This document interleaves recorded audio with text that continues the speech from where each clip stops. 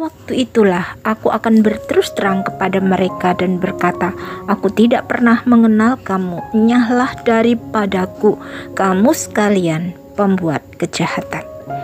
Mengapa Tuhan itu menyebut 5 gadis bodoh sebagai orang-orang yang tidak dikenal oleh tuannya? Allah Bapa di sorga adalah Allah yang Maha Kudus.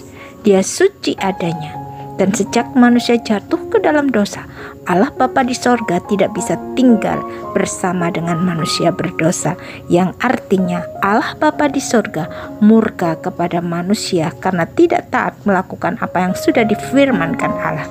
Tapi tidak untuk selama-lamanya Allah murka kepada manusia, dan dengan kasih sayang Allah yang sangat besar, Allah menebus dosa manusia, yaitu membeli dan membawa manusia kembali kepada Allah dengan mengorbankan anaknya yang tunggal, yaitu Yesus Kristus, supaya setiap orang yang percaya kepadanya tidak binasa, melainkan beroleh hidup yang kekal.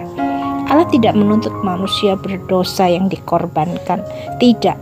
Allah hanya mau supaya kita percaya kepada Tuhan Yesus Kristus, bahwa hanya Dia saja yang adalah Tuhan dan Juru Selamat kita. Karena keselamatan yang kita terima itu adalah suatu anugerah Allah, kasih karunia. Yang kita lakukan hanyalah kita menerimanya dengan iman. Tidak ada cara lain yang harus kita lakukan, agar supaya kita tidak membanggakan diri kita tidak menjadi sombong dengan menyangka bahwa kita diselamatkan itu karena usaha kita sendiri, karena perbuatan baik kita, karena amal perbuatan kita. Semuanya itu adalah satu kebodohan dan kejahatan di hadapan Allah. Jadi kasih karunia, anugerah, itu semua adalah pemberian Allah. Kita harus menerimanya dengan iman, dan kita harus hidup dalam pertobatan. Memang diakui atau tidak, di dalam diri kita pribadi lepas pribadi, kita sangat sulit untuk menerima dan tidak taat, tidak takluk, tidak mau menyerah pada kehendak Allah. Tapi kita ingin melakukan sesuatu dan ingin membanggakannya, daripada kita bangga pada apa yang Allah sudah perbuat bagi kita, karena sepertinya itu semua tidak masuk di akal pikiran kita yang terbatas.